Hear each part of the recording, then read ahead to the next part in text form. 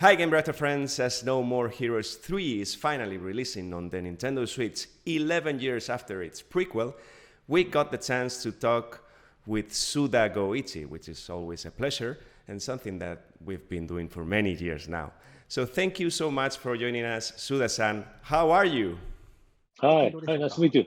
Yeah, we're just about to release No More Heroes 3, so obviously, it's been a super busy time. Also, it's a really exciting time too because we're all really looking forward to seeing how players throughout the world react to the game, seeing how the media reacts to it. It's a bit, nerve-wracking, but at the same time, it's also just really, really exciting to finally be able to release it and let everyone play and just finally see how much everyone likes it. So yeah, really excited for that. Mm-hmm.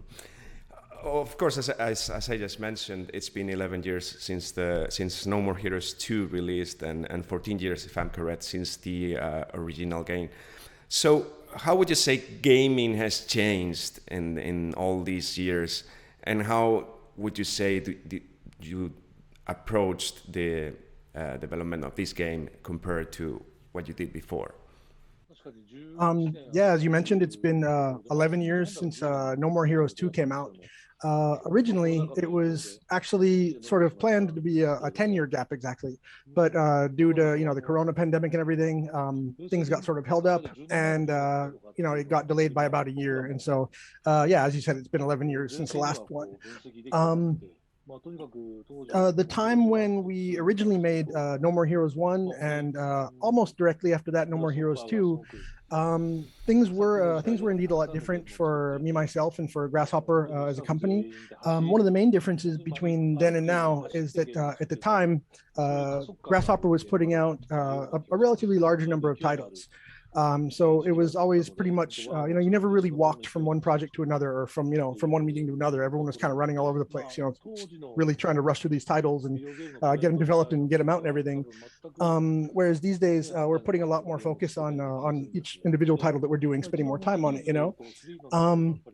To be honest, none of us have really sat down and done like a proper analysis on exactly, how things are being done differently now than how they were, 11, 14 years ago. And more so than how video games have changed, I think I feel that it's more about how we've changed as a company and how our ideas about games have changed. One thing that is the one thing that I can say that's definitely changed is the not only our own but the general world's ideas on things like the phrase open world. Like, what exactly does that entail? And things like AAA games. Back in the day when we were doing No More Heroes 1 and 2, especially No More Heroes 1, we never really thought, okay, let's make an actual proper open world game. What we were doing was actually more sort of a parody or sort of like a satirization of open world games at the time, And one major difference is this time with No More Heroes 3, we thought, okay, the whole concept of an open world game has changed so much over the last 10, 14 years.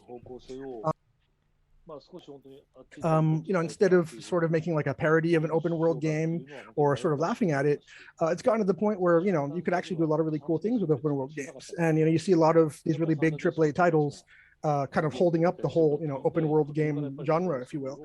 And so this time, instead of sort of parodying it, we thought, okay, let's actually, kind of really put our minds to it and put together an actual, proper open world game. So we went back to the first and second game and looked at what we did with the, the open world free map type stuff on those games, and thought about how we could improve it, thought about how we could make it a bit more relevant to, more current games. And while it's not like a big full on, you can traverse the entire world type open game, in a way, it might actually be closer to, I guess, what would be called a free map system instead of a full-on open world thing. It is definitely, the world of No More Heroes 3 definitely is much bigger and much more diverse than the first two games. One of the first things that we had decided for No More Heroes 3 is that the town of Senta Destroy. This is something that has to be in a No More Heroes game. And so when we went about figuring out how we were going to portray this world and how we were going to add to it and what we we're going to do with it, we decided, okay, just having Send to Destroy, it's not going to be enough. So let's expand that. So in order to give it more of an open world feel, and also just plain, make it a bigger game, much bigger scale, we've got the original city of Send to Destroy, which has been sort of reborn with a bunch of new areas and new playable stuff added to it. So this time around, it's definitely much more of what could be called an open world game than either of the previous 2 installments were. Mm-hmm. That actually takes me to what was going to be my next question as, tell us a bit more about the structure of the game, because of course, as you just mentioned, you went back to the open world concept, but in an expanded way this time, whereas with No More Heroes 2, you got rid of the open world and had all these arcade games and slashing up levels. But then you got rid of those levels for this game, and you have tons and tons of activities and enemy challenges this time. So why the change? Was that something that you saw fans wanted more of, the open world and this sort of activities, or what is the reason you got rid of the regular slash and up levels? Is that for being different, or what can you tell us about that? There are actually a couple of reasons for the change, or I guess you could say for the reversion in a way.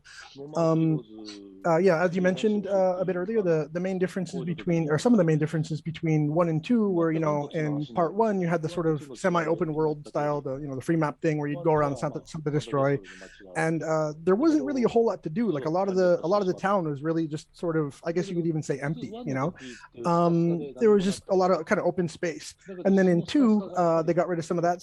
We got rid of some of that stuff and went on to adding, the different activities, the arcades and everything.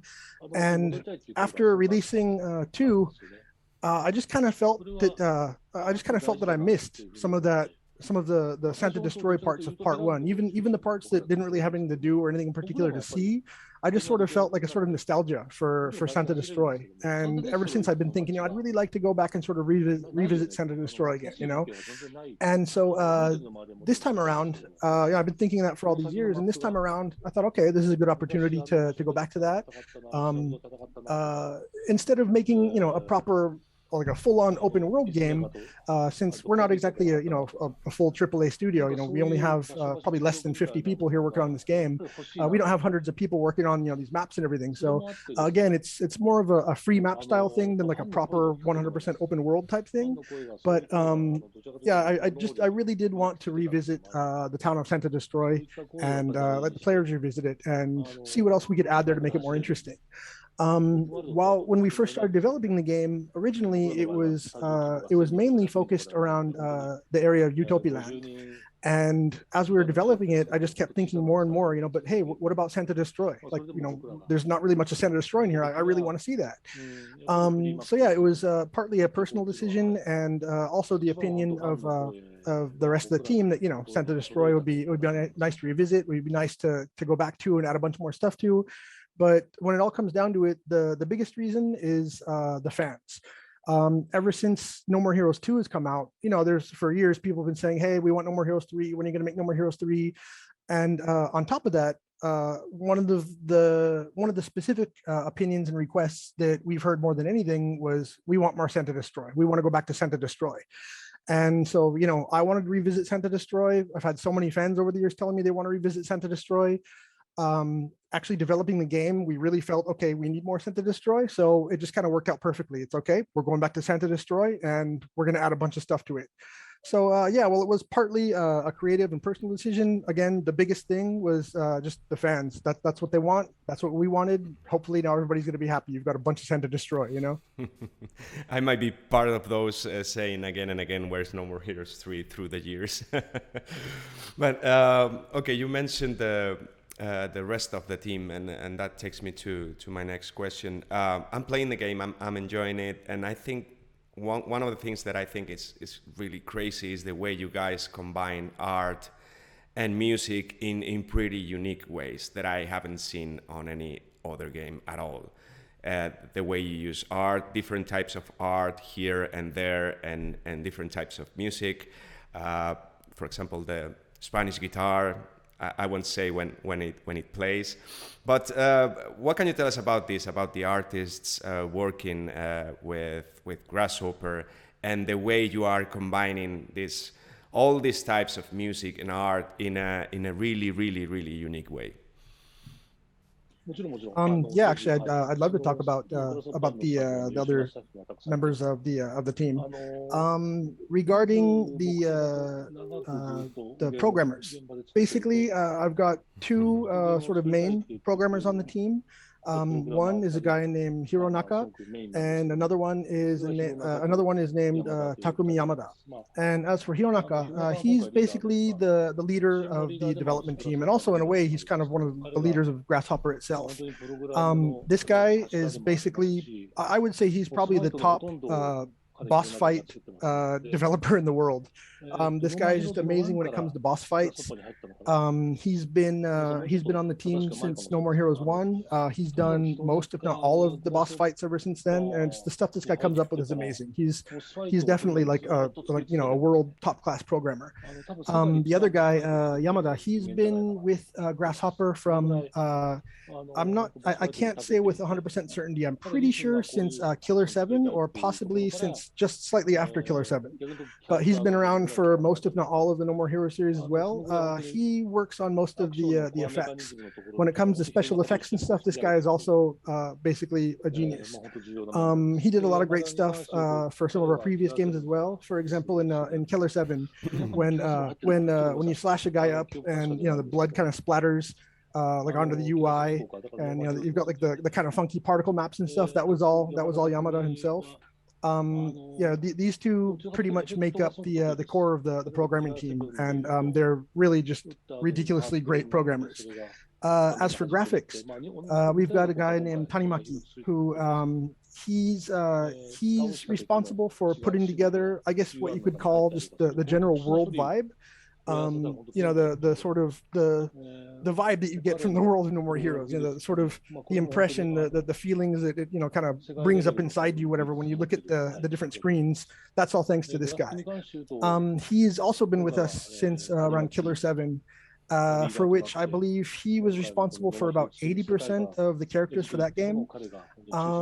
He actually left Grasshopper for a while, went off to do his own thing for years, and it was after maybe 10 or a dozen or so years that he ended up coming back to Grasshopper, and he came back to work on Travis Strikes Again and has been with us ever since.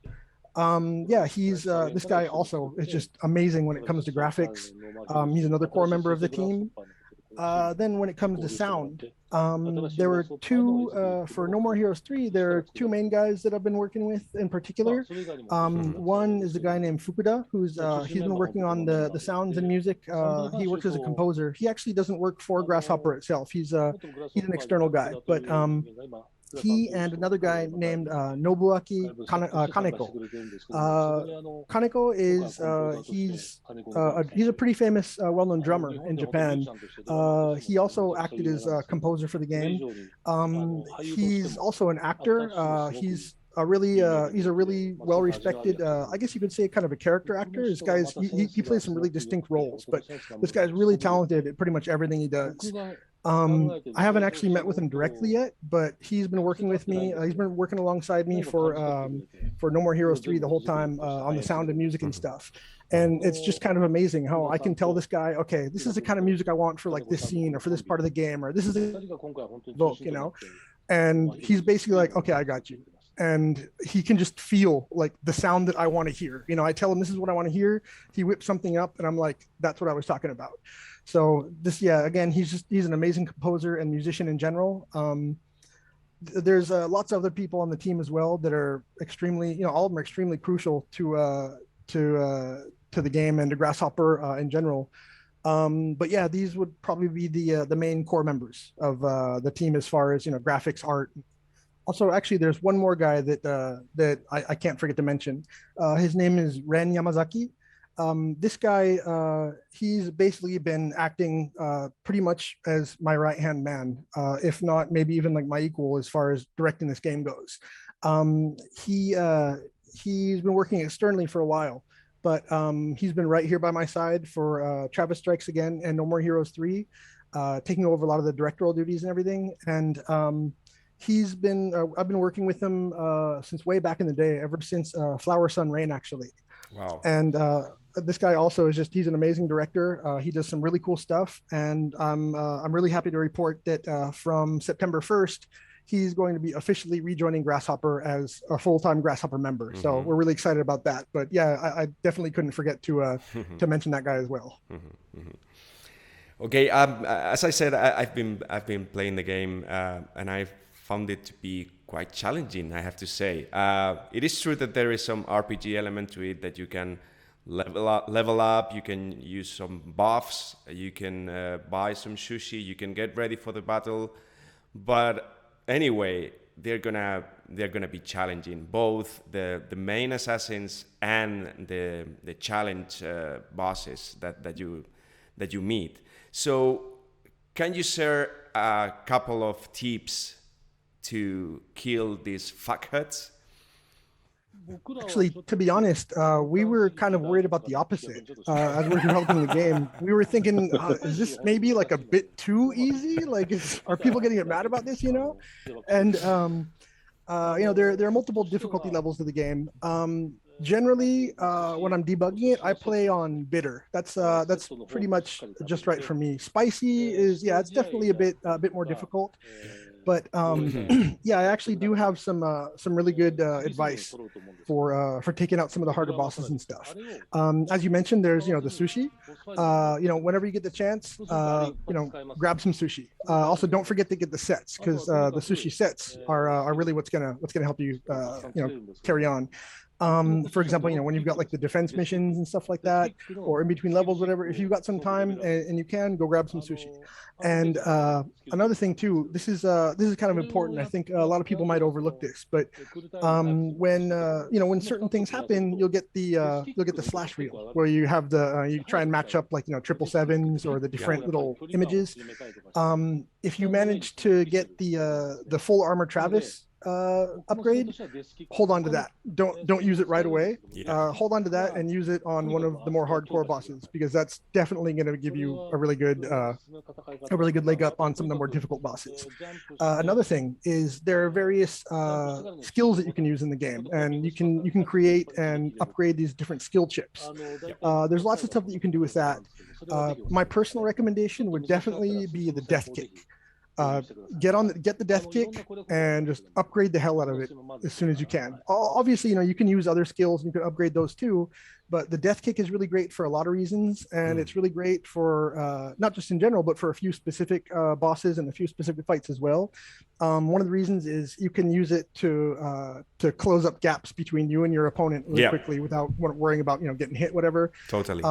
Also, once you upgrade it, it gets really powerful. So basically, yeah, if you keep these three things in mind, and yeah, also obviously you're going to need to get used to the gameplay itself, but once you get used to the gameplay and keep these three things in mind, use sushi and the sushi sets in particular whenever you can.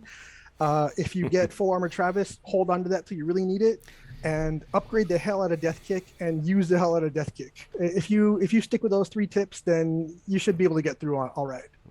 Yeah, the full armor Henshin form is totally overpowered, so you better save that for the end of the battle. One thing I also like is that you guys are back into motion controls, which, as you know, I'm into motion controls as well for many years now, and you guys recommend we play No More Heroes 3 with motion controls. And this is coincidentally, this releases right after Zelda Skyward Sword, which took many players back into motion control. So that's one aspect of the game on the Switch, and the other aspect is that this is the first No More Heroes, of course, No More Heroes 1 and No More Heroes 2 released on the Switch as well, but this one you can is the first new game that you can take to the toilet and play as you are there. So how do you feel about these two aspects that more or less changed the game on the Switch? Yeah, I've spoken a lot about the Switch controls and stuff before. And basically, when I was first introduced to the Switch and I saw the Joy-Cons and the controls, I was like, okay, this is what I'm bringing Travis back for. This is the system for Travis, and that's kind of where No More Heroes 3 started. Actually, was at that point. But I feel that we've put a lot of work into optimizing the motion controls. I guess for the system, or optimizing the game for the system, but also making sure that these controls can be used in a way that makes the game as fun to play as possible. So personally, I recommend to those who can that they use the motion controls as much as possible. Slash all over the place, charging the beam katana and slashing more, and just charging as much as possible, because that's that's kind of one of the big things about No More Heroes. But it's also really great that you can use it just as a single mobile console as well. Stick them on the sides of the Switch, and as you said, take it to the toilet and save whatever you want to do. Personally, when I first started playing the game, in the debugging phase, I was using the motion control so much that I'd debug the game for half a day, and the next day I'd wake up and my shoulders are just dead.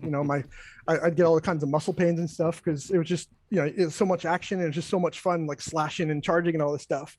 But again, yeah, it's also really great, and I'm also really happy the way it turned out, and that not only are you able to play it just with the Joy-Con stuck to the Switch and playing like as a single mobile console, but it doesn't really take that much away from the game. Like you can pretty much play just based on your own personal preferences without losing anything. Mm-hmm. Also, the way that you can play the game, viewing it on the Switch screen itself, or playing it with the Joy-Cons, or playing it attached to the console, watching it on the TV. Either way you play, it looks great and it feels great. And yeah, honestly, I'm really happy with the way it turned out, both for the controls and the way they feel, and the way it physically makes you feel when you're playing it, and also the way it feels and the way it plays without using the motion controls. So yeah, I can really confidently recommend anybody who's into motion controls to check this game out. And even if you're not into motion controls, they're not necessary. So still, it's definitely an easy recommend. No More Heroes 3. Yeah. Mm-hmm. Okay, we're running out of time. Wanted to ask you about your favorite alien design, but I'm gonna switch that for this one. I've seen a lot of references, of course, pop culture in the game, same as with the previous games. I've seen references to the Matrix, to Mad Max, to X-Files, for example. And this is, you really are into movies yourself. So can you picture No More Heroes becoming a movie itself? We've seen a lot of projects as of late in Netflix and other platforms, or even at the theater, of video games becoming movies. So how would you picture this becoming a movie? What would it be? Real actors, real action, real life action, or anime, or what can you, do you dream of a No More Heroes movie at all? Actually, we've actually had several serious offers and been in talks before about creating a movie version of No More Heroes. Without getting into too much detail, at one point it went so far as to basically we already had an idea for who we wanted to play the main character. And yeah, it had gotten relatively far into the pre-production stage, but it just ended up really not working out. We've also considered creating an anime version of No More Heroes in the past. And as far as the anime goes, it went so far as to get a pilot show produced. Unfortunately, it just wasn't really up to standard, I guess you could say, quality-wise, and we decided to scrap it after all in the end. But yeah, I mean, obviously there's been lots of people saying, we'd like to see a No More Heroes movie or anime or something like that. And, obviously I've thought about that a lot over the years as well. To be honest, at this point, I kind of feel like if we were going to make a movie out of it, we shouldn't just do it just because, okay, well, we should make a movie, and okay, well, somebody's going to do it, so let's just give it to somebody, have them make a movie. We if we're going to make it, I would want it to be, I'd want to be able to make the movie with somebody who I personally want to have make a No More Heroes movie. I want to do it with a team that I want to have make the movie. Yeah. It might be a little bit of a spoiler, so I'm not sure if I can say this or not, but it actually gets touched on just a tiny bit in No More Heroes 3 itself. But it would be great if Takashi Miike, for example, could make a No More Heroes movie. Personally, I think it would be perfect. It would be awesome if James Gunn could get on board and direct No More Heroes movie. But yeah, it really comes down to who would be making the movie, what kind of vision they have and stuff. And yeah, again, if possible, more than I want to do a live action version or I want to do an anime version. My number one wish for any sort of No More Heroes movie would be that I could have it made by a team I actually want to work with and somebody whose work I want to see in the No More Heroes series, if that makes sense. Totally. All right. So that's it. Thank you so much for your time, and good luck with release, which is just in a couple of days. I'm enjoying the game. I'm sure fans will enjoy it, and I'm sure also newcomers to the series will enjoy it. And I certainly hope we meet again physically and not like this, like we used to somewhere in the world next time. Thank you so much. Arigato, gracias. Thanks so much. Thank you. Thank you, gracias.